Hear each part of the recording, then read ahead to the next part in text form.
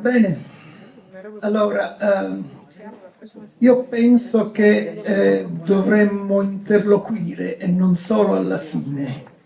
Io cercherò di non fare la lezioncina universitaria, ho finito la settimana scorsa il corso e quindi non ho alcuna intenzione di riprenderlo. Vorrei stimolare un dibattito e vi pregherei in qualsiasi momento, e forse magari cercherò anche di coinvolgervi, in qualsiasi momento di interrompermi per qualsiasi questione, chiarimenti o anche dissenso. Il dissenso è il sale della democrazia. E allora, questo è il Festival della Costituzione. Il tema del festival è l'articolo 11, è stato evocato tutto il pomeriggio e devo evocarlo anch'io, quindi. Cosa ha di particolare l'articolo 11? Ci sono tante cose nell'articolo 11. Innanzitutto ci sono 3 paragrafi distinti. Vale la pena di leggerli. Il primo paragrafo è quello famosissimo. L'Italia ripudia la guerra come strumento di offesa alla libertà degli altri popoli e come mezzo di risoluzione delle controversie internazionali. Poi c'è un secondo paragrafo. Consente in condizione di parità con gli altri Stati alle limitazioni di sovranità necessarie ad un ordinamento che assicuri la pace e, attenzione, la giustizia fra le nazioni. Vedete la differenza fra i 2 paragrafi?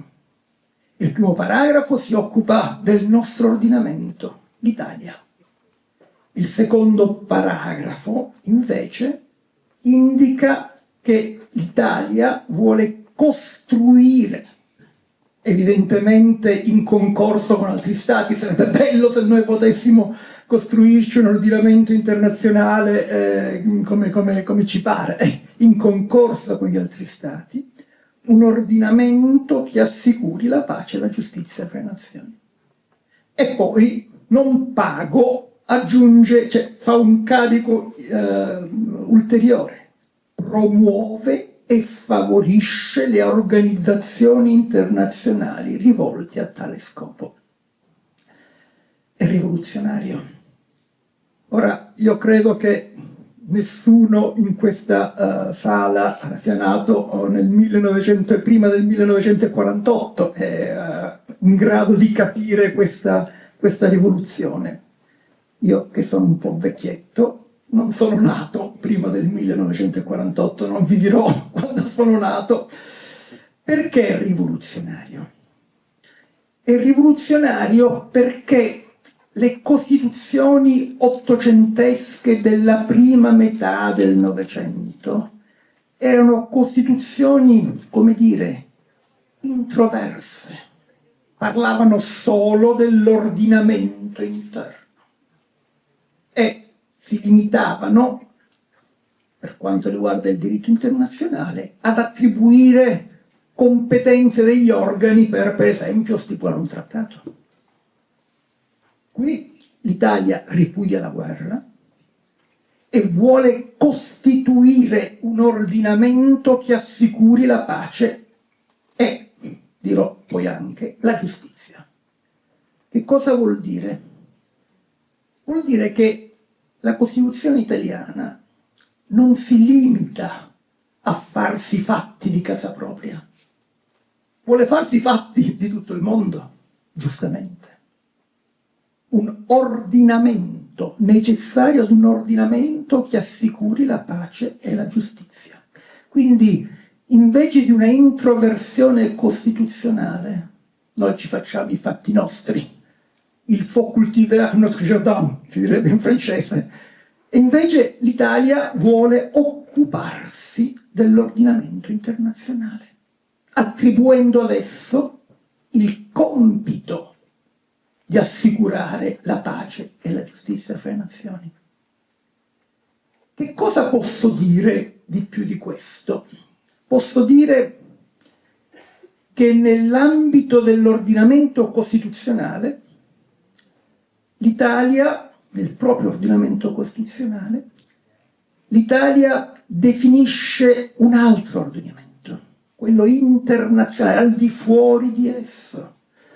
Ora, qui c'è una questione teorica piuttosto complicata, ma io vorrei evitare i tecnicismi.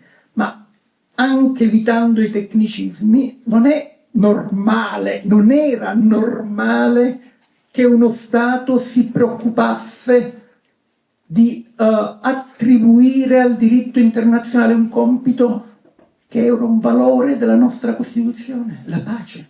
Ripudia la guerra, la pace.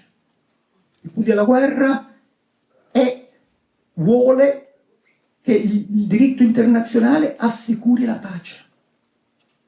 Quindi, contrariamente a tutti i dettami del costituzionalismo dell'epoca, l'articolo 11 ci dice che la nostra Costituzione non basta, il nostro ordinamento costituzionale non basta ad assicurare la pace e la giustizia fra le nazioni. E quindi ci vuole un ordinamento al di fuori del nostro, che però deve assicurare un valore costituzionale, anzi due, la pace e la giustizia. Questa è la rivoluzione dell'articolo 11.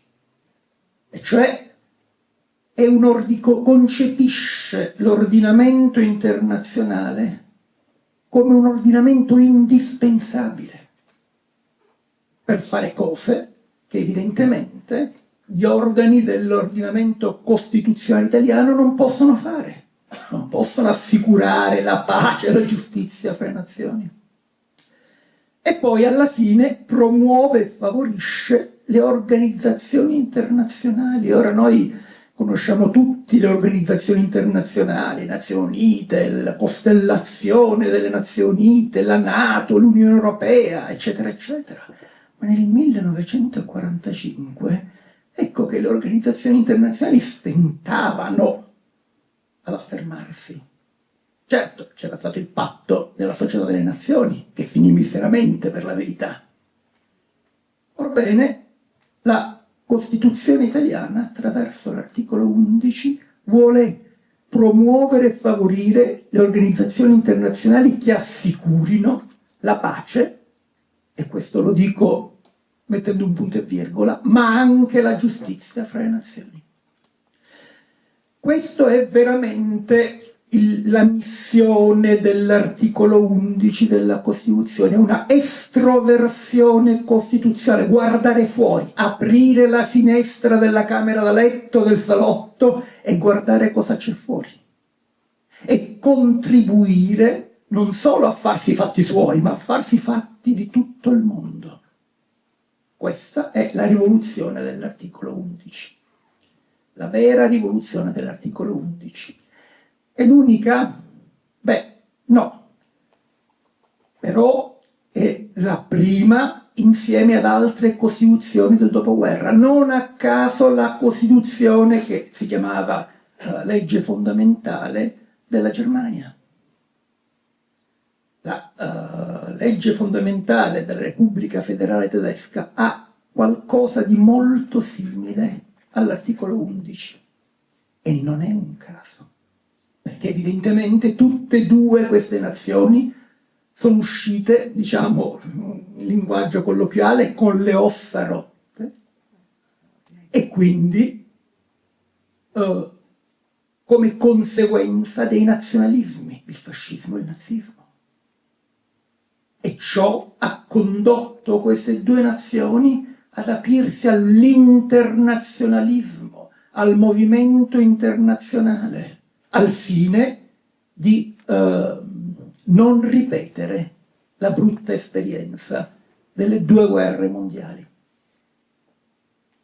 Questo, ripeto, è una cosa rivoluzionaria. Bene, un po' tutti sanno che l'articolo 11 venne redatto dai Costituenti in vista delle Nazioni Unite, dell'adesione alle Nazioni Unite, che poi è avvenuta in maniera un po' più lenta. Ma pochi sanno che anche nell'Assemblea Costituente non era solo questa l'intenzione dei Costituenti, ma c'era anche sotto traccia, forse un po' più esplicito, l'idea di una unificazione dell'Europa. Unificazione, come dire, ideale, insomma. E quindi era un internazionalismo sia regionale sia internazionale. Io penso che dovremmo esplorare ambedue queste dimensioni dell'articolo 11. Però io ho poco tempo insomma, devo avere delle priorità nella scelta dei temi che vorrei proporvi. Innanzitutto, se qualcuno di voi vuole interloquire, io sono pronto a farlo. Prego. Parlo a voce alta, no, io la sento, ma forse dietro. Sì, beh, penso di sì adesso. No, visto che lei ha stimolato l'interlocuzione, volevo approfittarne anche con una domanda che mi è sorta in questi giorni, probabilmente banale o stupida, ma è una mia curiosità e penso che possa anche essere soddisfatta. Noi abbiamo solitamente abbastanza ben chiaro come inizia una guerra, come iniziano le guerre, ma come finiscono le guerre? Cioè, quando non c'è effettivamente una resa da una delle due parti e ci troviamo da una parte un criminale di guerra e dall'altra un'organizzazione terroristica, disposti a fare qualunque sacrificio pur di raggiungere il proprio scopo, l'unica fine che mi viene in mente è lo sterminio totale di una delle due parti. Cioè, com'è che si conclude una guerra di questo tipo? Lo sterminio totale è veramente una cosa molto impegnativa, ma la debellatio era tradizionalmente la fine della guerra, debellatio totale, non del popolo forse, ma dell'esercito. E quindi questa debellatio era l'anticamera di qualcos'altro, di occupazione militare o nei tempi antichi di schiavitù della popolazione. Allora, la guerra è stata fino al 1945 teoricamente anche una attività gloriosa. Se andate a leggere i trattati della guerra, sulla guerra, dai romanisti fino a Clausewitz, la guerra era la gloria delle nazioni. C'era un pensiero utopico che da sempre francamente no, ma dal 1600 almeno aveva identificato l'idea della fine della guerra fra i popoli. Però era un trattato utopico. La prima espressione di un mondo senza guerra, espressione positiva e non utopica, credo che risalga a Immanuel Kant, la pace perpetua. Kant immaginava una cosa simile a quella che noi abbiamo fatto nel 1945, e cioè un patto fra le nazioni per evitare la guerra. Kant dice chiaramente, se c'è una controversia e si fa la guerra, non è che il vincitore ha necessariamente ragione, perché ha vinto con la forza. Sembra banale oggi, allora non lo era. Il vincitore era, come dire, il campione di Dio a volte, si definiva tale. Kant dice no, il vincitore è semplicemente il più forte. Però Kant, in questo suo volumetto molto smilzo ma denso, si preoccupò anche di un'altra cosa. Si preoccupò anche della giustizia e disse, beh, come facciamo a realizzare la giustizia? Dovremmo fare un patto di, come dire, non voglio usare l'espressione latina perché forse un pactum subiectionis, come noi abbiamo, non so chi l'ha fatto, ecco, ma nei nostri ordinamenti nazionali. Noi tutti nasciamo, non facciamo l'assemblea in cui si conferisce allo Stato il compito di garantire la nostra sicurezza, ma nasciamo in uno Stato e quindi ci sembra normale. Ma in un certo modo, e qui potrei anche usare, non so se qualcuno al liceo si ricorda di Hobbes, l'assemblea virtuale hobbesiana in cui tutti si riuniscono e conferiscono il potere ad un sovrano per garantire la pace. E quel sovrano aveva poteri di vita e di morte. Questa era l'idea hobbesiana.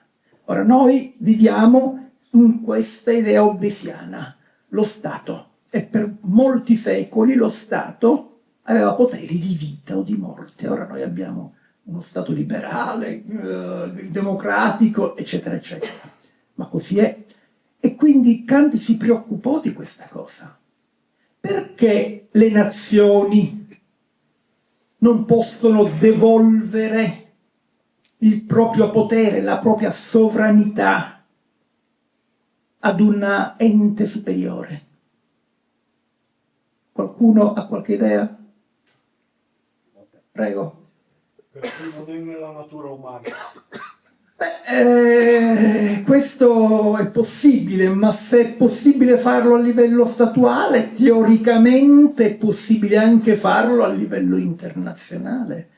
Kant disse che però, nella pace perpetua no, ma in uno scritto allegato, Kant disse perché se facessimo così rischieremmo la tirannia globale. Se noi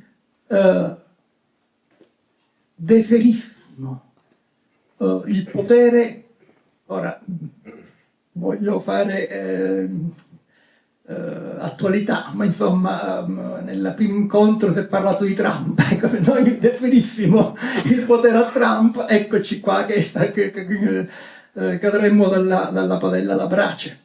E Kant diceva che è meglio la pluralità degli stati che la tirannia globale. Però gli stati non devono fare la guerra. E Kant immaginò questo trattato che si è realizzato, e vedremo come e perché sta traballando, nella Carta delle Nazioni Unite. Carta delle Nazioni Unite effettivamente replica l'articolo 11 della Costituzione e anzi lo porta ancora avanti. Non è solo la pace. Gli Stati membri delle Nazioni Unite non hanno solo l'obbligo di non fare la guerra. Articolo 2, paragrafo 4 della Carta. Riferimento che posso dare senza cadere nei tecnicismi. Ma hanno attribuito al Consiglio di sicurezza il compito di mantenere la pace. Quindi le Nazioni Unite fanno un passettino avanti rispetto a Kant e anche rispetto al patto della Società delle Nazioni. Qual è la differenza però fra le Nazioni Unite e il nostro articolo 11? Questa è la stella polare del mio intervento. Vedete, l'Italia ripudia la guerra, eccetera, consente in parità con gli altri stati alle limitazioni di sovranità necessarie ad un ordinamento che assicuri la pace e, vi ho detto, la giustizia. Nel campo, nella Carta delle Nazioni Unite, il Consiglio di sicurezza non ha il potere di assicurare la giustizia, ma solo di assicurare la pace. Tra 4-5 giorni ci sarà, non lontano da qui a Padova, il congresso SIDI, cioè degli studiosi del diritto internazionale, e ha un titolo abbastanza, come dire, interessante: la pace come bene supremo dell'ordinamento internazionale. Ed effettivamente nella Carta delle Nazioni Unite si esprime ciò. Gli stati rinunciano a usare la forza, ma poiché non sono così ingenui da pensare che un patto fra gli stati riesca a eliminare la guerra, conferiscono questo potere di assicurare la pace al Consiglio di sicurezza, ma non conferiscono al Consiglio di sicurezza il potere di assicurare la giustizia. E questo è un iato importante, molto importante, molto importante. Ora qui non so se qualcuno ha qualche intenzione di interloquire. Le guerre sono sempre al maschile, professore? La guerra è un nominativo femminile, insomma. No, ma avvengono sempre fra uomini, tra capi. Hanno guardi fatto... che una volta erano gli uomini, nell'Ottocento erano per forza di cose gli uomini. No, la regina d'Inghilterra, Elisabetta I, ha fatto di guerre Elisabetta I. La regina Elisabetta I. Sì, prima, quella seconda non ha fatto. Beh, insomma, qualcosa ha fatto. Ma insomma, ecco. Anche la Thatcher alle Falkland. Esatto. Io non ero preparato a questa domanda sul gender discrimination. Prego. Professore, volevo chiederle, siccome lei ha iniziato parlando dell'ONU, cioè volevo fare un passo indietro, magari prima di parlare dell'ONU, dell'OSCE, della NATO, del patto di Varsavia. Cioè, cosa ne pensa lei, e se magari può spiegare a tutti noi esattamente le 7 parole di forse uno dei più grandi, almeno secondo me, giuristi di diritto internazionale, Cosniemi, che dice che il diritto internazionale è una tecnica egemonica in senso gramsciano. Ci può spiegare ciascuna di queste 7 parole e se lei la condivide? Allora, condivido che il diritto internazionale sta scivolando, e non da ora, verso l'egemonia. Che sia proprio la tecnica che la consente, non lo condivido. E infatti io avevo tracciato una piccola scaletta argomentativa per cui l'evoluzione del diritto internazionale, forse al di là delle intenzioni degli stati che cercano sempre di tenere la sovranità come bene assoluto, l'evoluzione del diritto internazionale ha colmato in parte l'assenza della giustizia internazionale.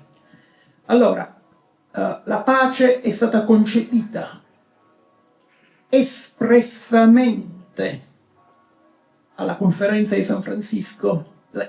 Il discorso introduttivo del presidente degli Stati Uniti, che non era Trump, ve lo dico subito, contiene una formula del tipo: ci siamo riuniti qui a San Francisco per salvaguardare il mondo dalla guerra. E questo unico scopo delle Nazioni Unite è ripetuto tante volte. Anche la Corte internazionale di giustizia, c'è una dissenting opinion di un giudice inglese che dice: le Nazioni Unite sono state fatte per assicurare la pace e non per cambiare il mondo. Proprio così, in inglese. Quindi la filosofia della conferenza di San Francisco era questa: semplicemente assicurare la pace e le controversie fra gli stati. Anche l'articolo 11 dice ripudia la guerra come mezzo di risoluzione delle controversie internazionali, sarebbero dovute essere risolte con mezzi pacifici. Tuttavia, è noto, la politica internazionale non è così idealista, lo sappiamo, e quindi le egemonie degli stati più forti, ecco che hanno impedito che il diritto internazionale fosse, come dire, potesse assicurare la giustizia vera fra le nazioni. C'è stato un momento in cui questa egemonia si è espressa al massimo grado. Nel 1989, lo sappiamo tutti, c'è questa simbolica frase, la caduta del muro di Berlino, eccetera, eccetera. In quel momento il Consiglio di sicurezza ha cominciato a fuoriuscire benevolmente dalle proprie competenze, dalla propria competenza esclusiva, quella di assicurare la pace, e cercare di assicurare anche un po' di giustizia. Ma il Consiglio di sicurezza è fatto dagli Stati, in particolare dalle 5 potenze che hanno il diritto di veto, e in particolare dagli Stati Uniti. Dal 1989 in poi c'era un fervore, un fermento ideale, quasi come c'era nella conferenza di San Francisco. Il Consiglio di sicurezza sarà il guardiano della legalità internazionale. Non è stato così. Non è stato così. Bisogna riconoscere che in quel momento gli stati occidentali avevano quello che Koskiniemi chiama l'egemonia e l'hanno esercitata male, molto male. Non c'è bisogno che ricordi le guerre in Libia, in Siria, in Iraq, in Afghanistan e altre cose di questo genere. Il Kosovo. Insomma, ecco, questo è stato un momento in cui abbiamo perso una opportunità. Tutto il mondo ha perso un'opportunità. E le radici di questa opportunità persa si manifestano anche oggi. Oggi noi abbiamo parlato tanto di Ucraina, di Gaza e così via. Le radici di questi conflitti sono necessariamente là, nel periodo in cui si sarebbero potute fare delle acquisizioni al diritto internazionale significative e non sono state fatte. Devo ricordare per esempio che il Consiglio di sicurezza, che aveva cominciato a dare autorizzazioni agli stati, non solo per salvaguardare la pace, ma anche un poco, come dire, per evitare crimini efferati. Ebbene, questa epoca ha avuto una data di fine, 2014, quando il Consiglio di sicurezza dette alla Francia e agli Stati Uniti, non nominalmente, ma insomma, l'autorizzazione a intervenire in Libia, ponendo dei paletti. Solo interdizione dei voli aerei e nessuna occupazione del territorio libico. La Francia e gli Stati Uniti andarono avanti, occuparono il territorio libico, uccisero Gheddafi, che forse non è una grande perdita, ma insomma, ecco, e destabilizzarono la Libia. Da quel momento in poi non c'è stata più alcuna autorizzazione all'uso della forza da parte degli Stati. Perché? Perché non solo le due grandi escluse, Cina e Russia, ora pongono il veto in tutto ciò che possono farlo, ma anche in quel tempo ricordo bene che il Sudafrica e anche la Germania si astennero dall'autorizzazione. Quindi ora siamo di nuovo bloccati e quindi il Consiglio di sicurezza non solo non è capace di assicurare la giustizia, ma neanche la pace. Neanche la pace. Interlocuzioni?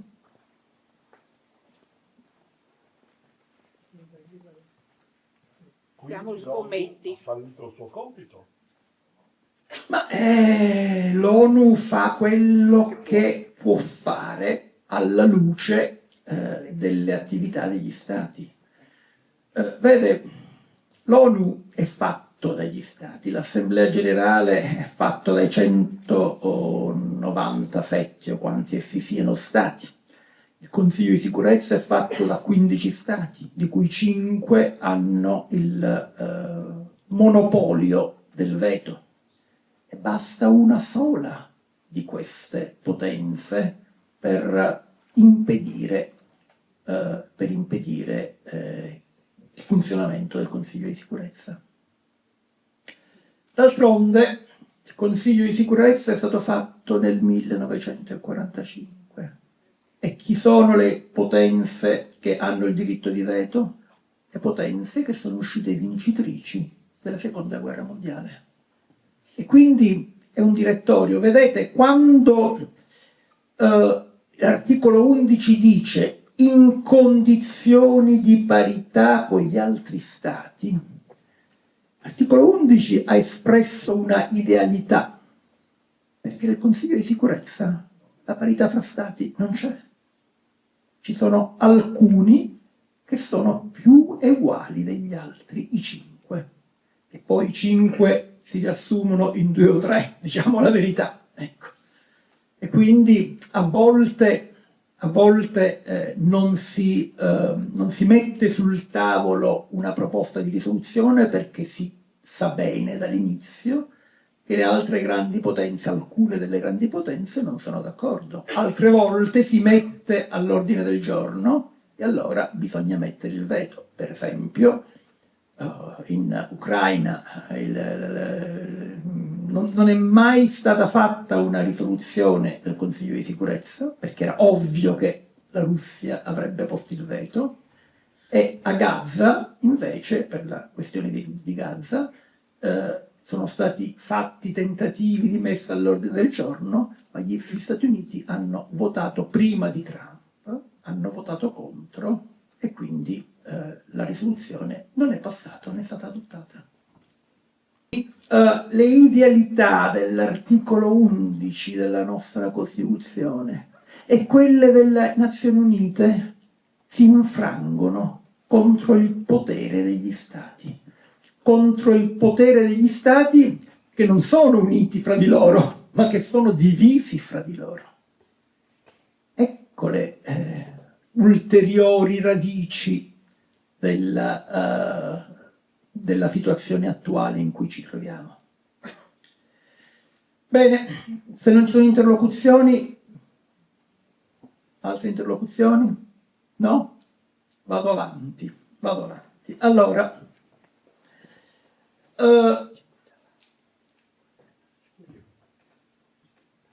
mi scusi, me ne è venuta in mente. no, ottimo così.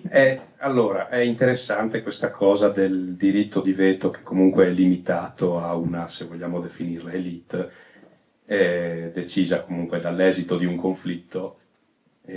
Ma a parte questo,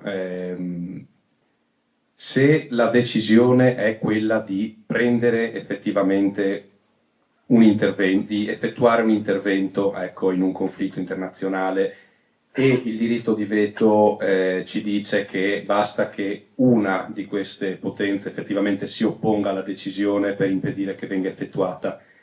Ma se la decisione fosse quella di non prendere un intervento, e quindi basterebbe che una di queste potenze volesse prendere parte per effettuare un diritto di veto e annullare la decisione di non prendere l'intervento e di conseguenza l'intervento fosse effettuato?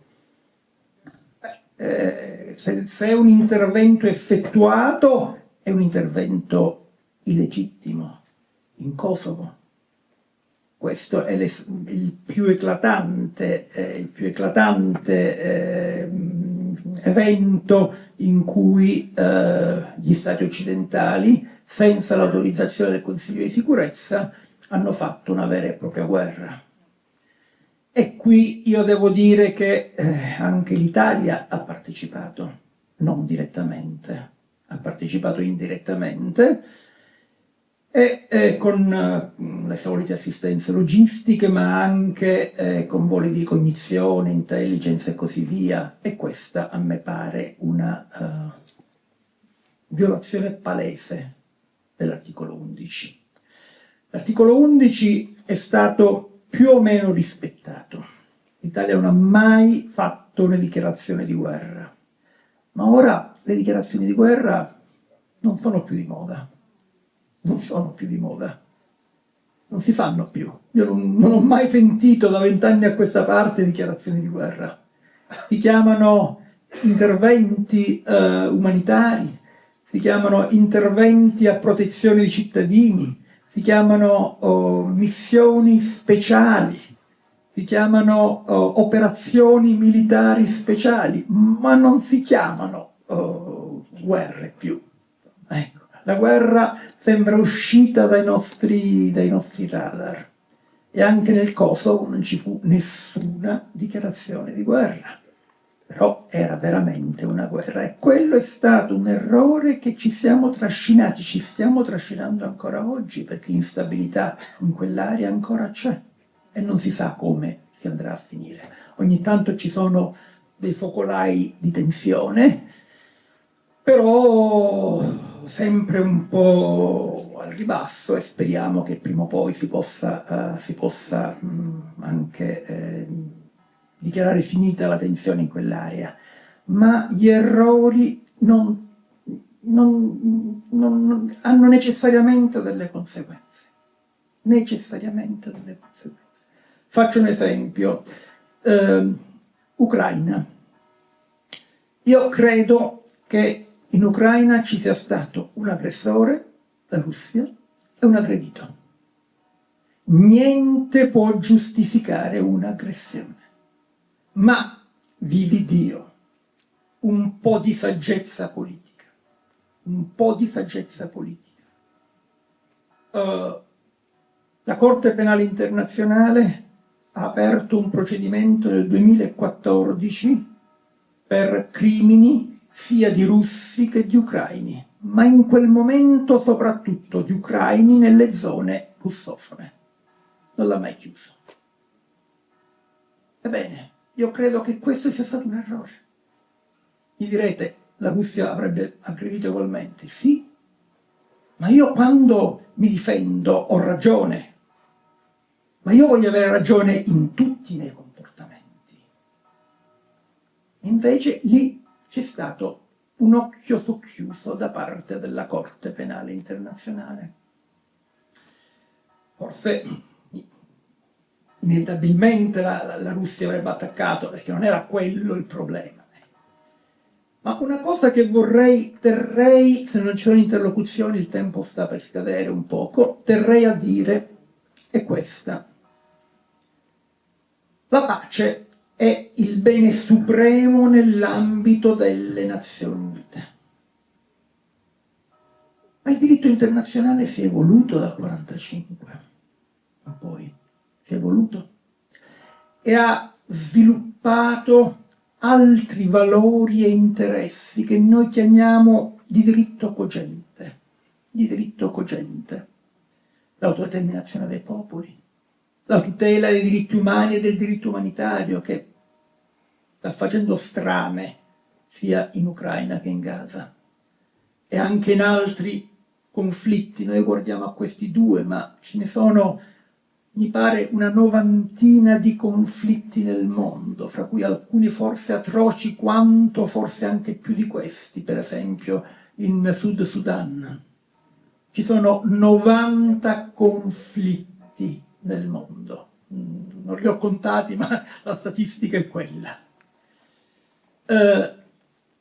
E poi abbiamo sviluppato appunto questi valori, ma che significa sviluppare questi valori?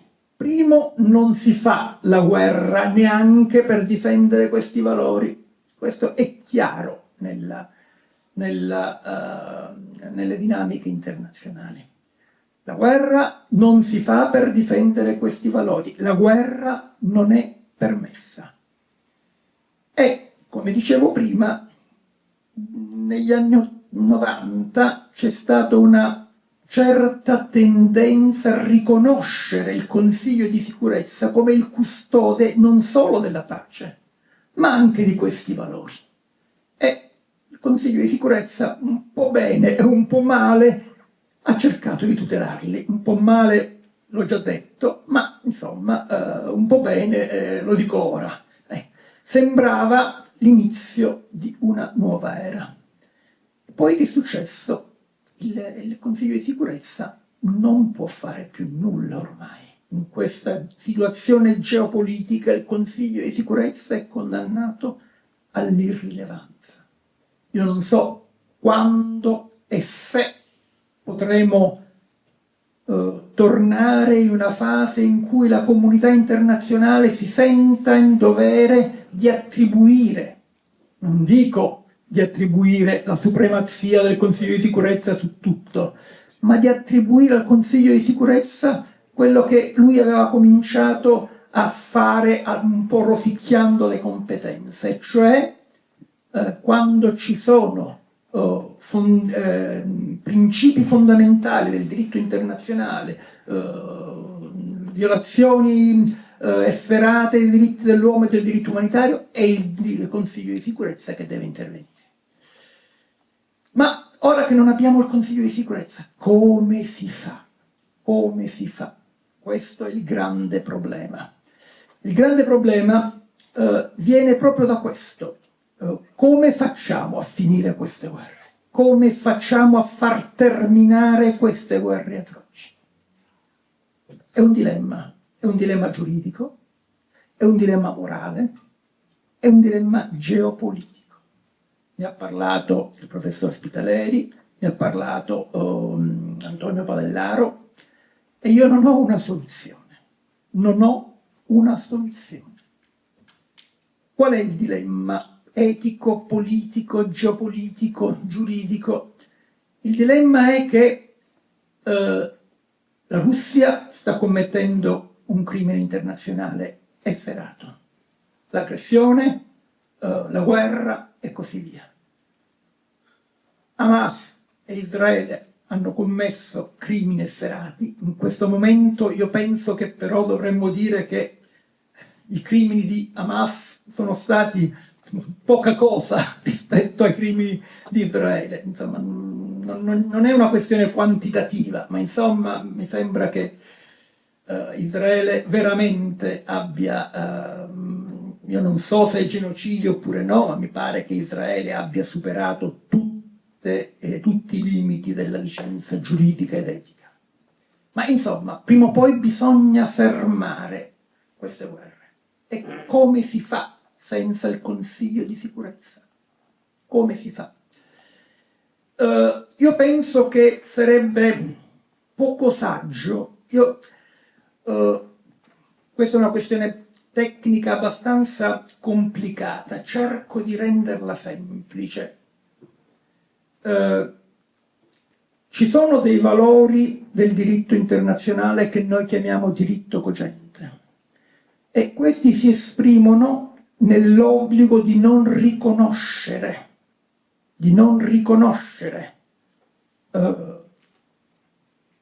acquisizioni territoriali, per esempio, con l'uso della forza. Orbene, come se ne esce? Continueremo così, come diceva Caro, a immolare la gioventù russa e ucraina?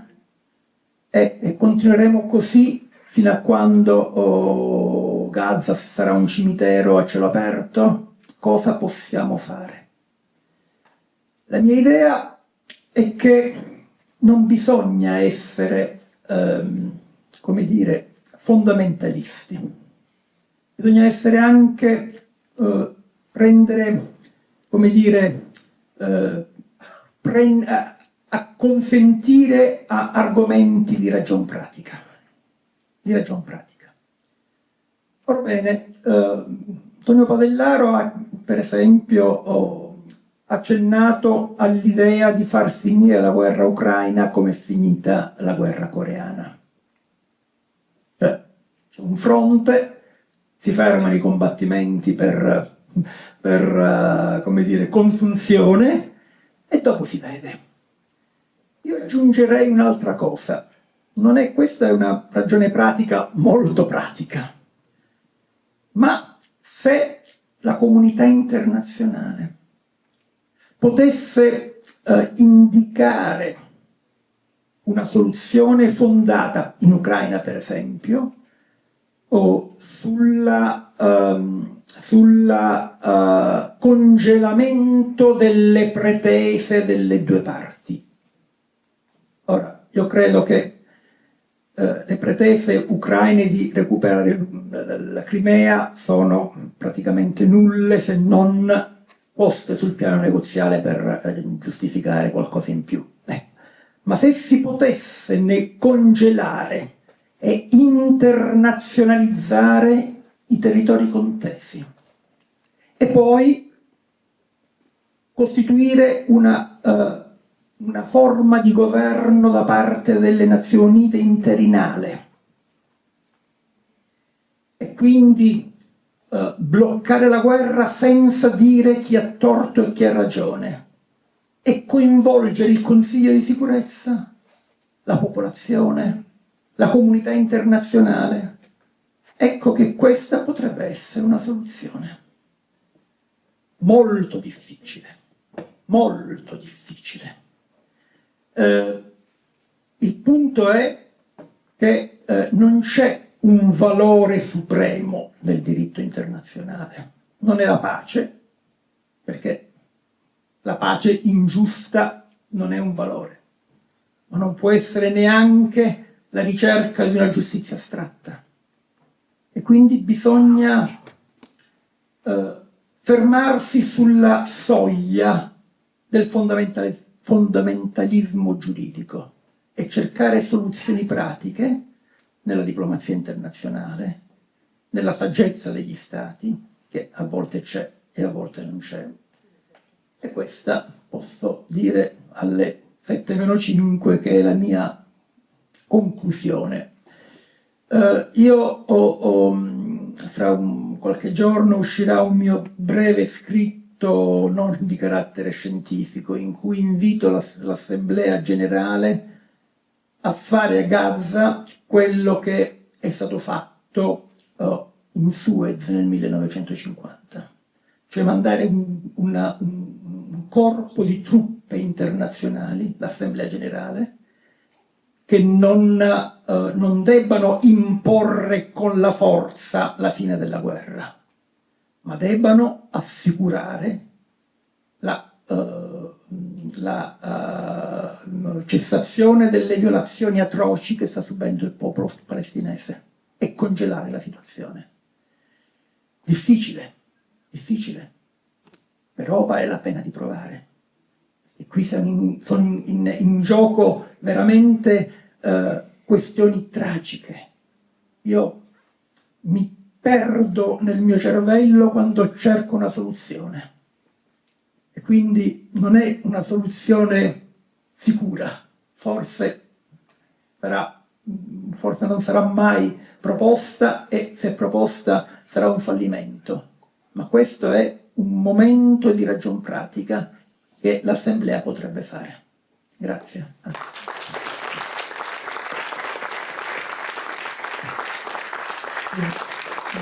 Volevo porre una questione rispetto alla necessità, secondo lei, di decidere collettivamente, trovare una soluzione collettiva, che forse è l'unica possibilità a questa guerra. Mi è venuto in mente quanto ho studiato nei banchi rispetto al pensiero politico di Constant che voleva distinguere tra la libertà degli antichi e la libertà dei moderni. Da quando la libertà degli antichi era la vita politica attiva, era la condivisione, la decisione collettiva, la libertà dei moderni è la libertà di pensiero, la libertà economica anche, e la libertà di azione. E quindi le chiedo a questo punto, visto che Constant è stato un grande critico della rivoluzione francese proprio perché per lui non era stata attuata nella maniera giusta, in qualche modo, è possibile adesso, in questi tempi di guerra, riuscire a conciliare una decisione collettiva bilanciando gli interessi individuali, che siano economici, che siano diritti civili, che siano libertà di pensiero? Forse no, ma che alternativa c'è? Se parliamo di Gaza, immagino che lei abbia in mente Gaza, se parliamo di Gaza, anche solo qualche mese fa, le dirigenze delle nostre democrazie liberali erano imbarazzate. Però la geopolitica, gli interessi geopolitici che spingono le nostre democrazie liberali verso Israele, ora stanno cedendo alla prova delle atroci condizioni del popolo palestinese. Certo, ci è voluto questo sacrificio e non sappiamo se basta, però io vedo che, insomma, per esempio il Regno Unito è molto pronto a sfidare anche un'alleanza con gli Stati Uniti per fare qualcosa per far cessare questa indecenza. La Francia anche, il nostro governo ancora basta.